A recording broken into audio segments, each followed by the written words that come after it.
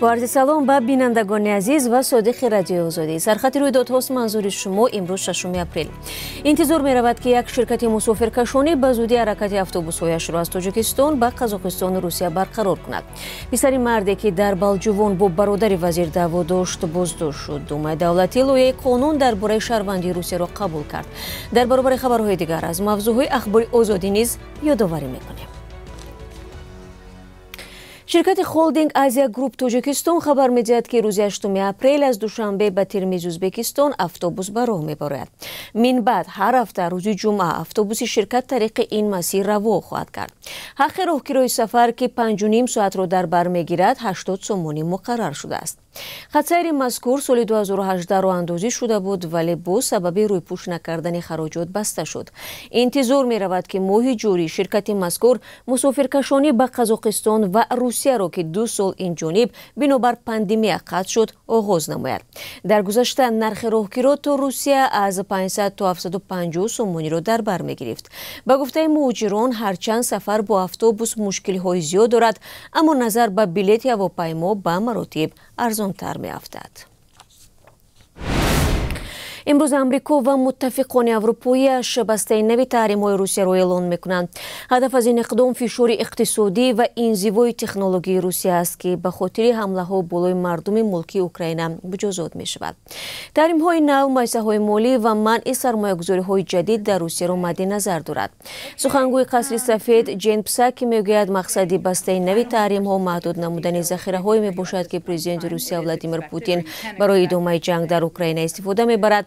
دیروز پرزیدنت اوکراین ولودیمیر زلنسکی در جلسه شورای امنیت سازمان ملل متحد روسیه را با وزنین‌ترین جنایت‌های حربی از زمان جنگ دوم جهانی متهم کرد اما روسیه این عیب‌نامه را قبول ندارد. ساکنان شهر کولوب از زیاد شدن موردهای دزدی و بی‌پروایی مقامات شکایت دارند.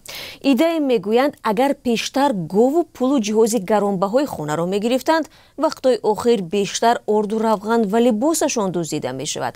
مقامات رد نمی کنند که مورد دزدی نسبت به سال پیش افزوده است. گزارش در این باره در برنامه اخباری آزادی 3 ساعت بعد پیشنهاد شما ارزان می شود.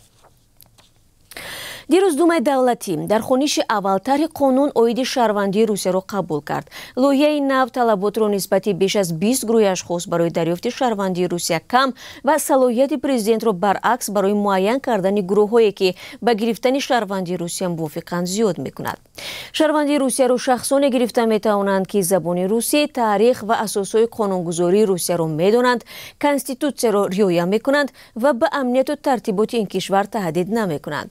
مهاجران تاجیک سال گذشته از روی دریافت شهروندی روسیه بعد اوکراین در جای دوم قرار گرفتند اما در 2 ماه سال جاری طبق آمار وزارت کارهای داخلی شماره آنهایی که صاحب شناسنامه روسیه شدند نسبت همین دوره سال 2021 15,000 نفر کمتر گردیده است. در همین حال به نظر می رسد که قرقیزستان در مسئله مهاجران از روسیه انتظارات بیشتر دارد. رئیس پارلمان قرقیزستان تالانت مامیتوف از روسیه دعوت کرد که در سال جاری یک بار دیگر عفو مهاجران قرقیزستانی را اعلام کند. وی درخواستش را با رئیس شورای فدراسیون روسیه والنتینا ماتویینکا در میان گذاشته است. بنا به آمارهای غیر رسمی تا 1 میلیون شهروند قرقیزستان در روسیه کار میکنند. مقامات روس عین زمان 76,000 قرقیزستانی را برای خط سیاه شامل و ورود آنها را به حدود خود منع کرده است. همین طور شمار عمومی مهاجران تاجیک که نمیتوانند به روسیه سفر کنند 230,000 نفر گفته می شود. به قول مقامات تاجیک سال گذشته روسیه 120,000 مهاجر تاجیک را بخشید و زیاده از 150,000 کسی دیگر بود و باش خود را توانستند قانونی کنند. عبدالستار پیر محمدزاده روزنامه‌نگار تاجیک که بعد یک نوارش در روز پرزیدنت معروف شد اعلان کرد که به فعالیت بلوگریش خاتمه می‌دهد. پیر محمدزاده 2 سال اخیر نواری صحبت‌های خود را در یوتیوب پخش می‌کرد و هواداران زیاد هم داشت. روزنامه‌نگار تاجیک میگوید جانبداران حکومت او را خائن ملت میگفتند و مخالفین باشد آدم امنیت. از سوی دیگر به گفته او وقتی مردم از گفتن مشکلات خودش میترسد پس برای کی باید برنامه کند؟ صحبت همکاران ما با عبدالستار پیر محمدزاده را در اخبار آزادی منتظر باشید. یک هفته بعد از حبس شدن سید مومین دورونوف ساکن نویه بالجوون که با معاون پیشین رئیس نویه و برادر وزیر نقلیات تاجیکستان حسن ابراهیم زاده برای 2 گکتار زمین دعوای دادگاهی داشت، کارمندان امور داخلی نویه پسر او سیف الدین را نیز بازداشت کردند. فرشته کریم و همسر سید مومین دورونوف به رادیو آزادی گفت بازداشت پسرش روز جمعه هفته گذشته صورت گرفته، مقامات سبب آن را توضیح نمیدهند. پیشتر نیز سیف الدین 27 ساله همراه پدرش بازداشت ولی بعد از یک روز آزاد گشته بود. سید مومین دورونوف برای خرید و فروش زمین بازپرسی می شود. نزدیکانش باشد بازداشتی او و فرزندش را انتقام گیری می نامند.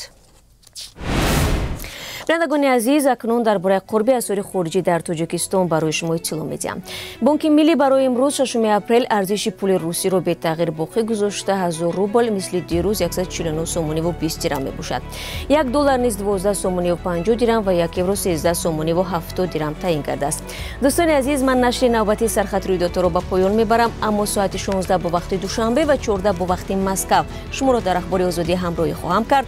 تا دیدار نوبتی، روز خوب داشته باشید.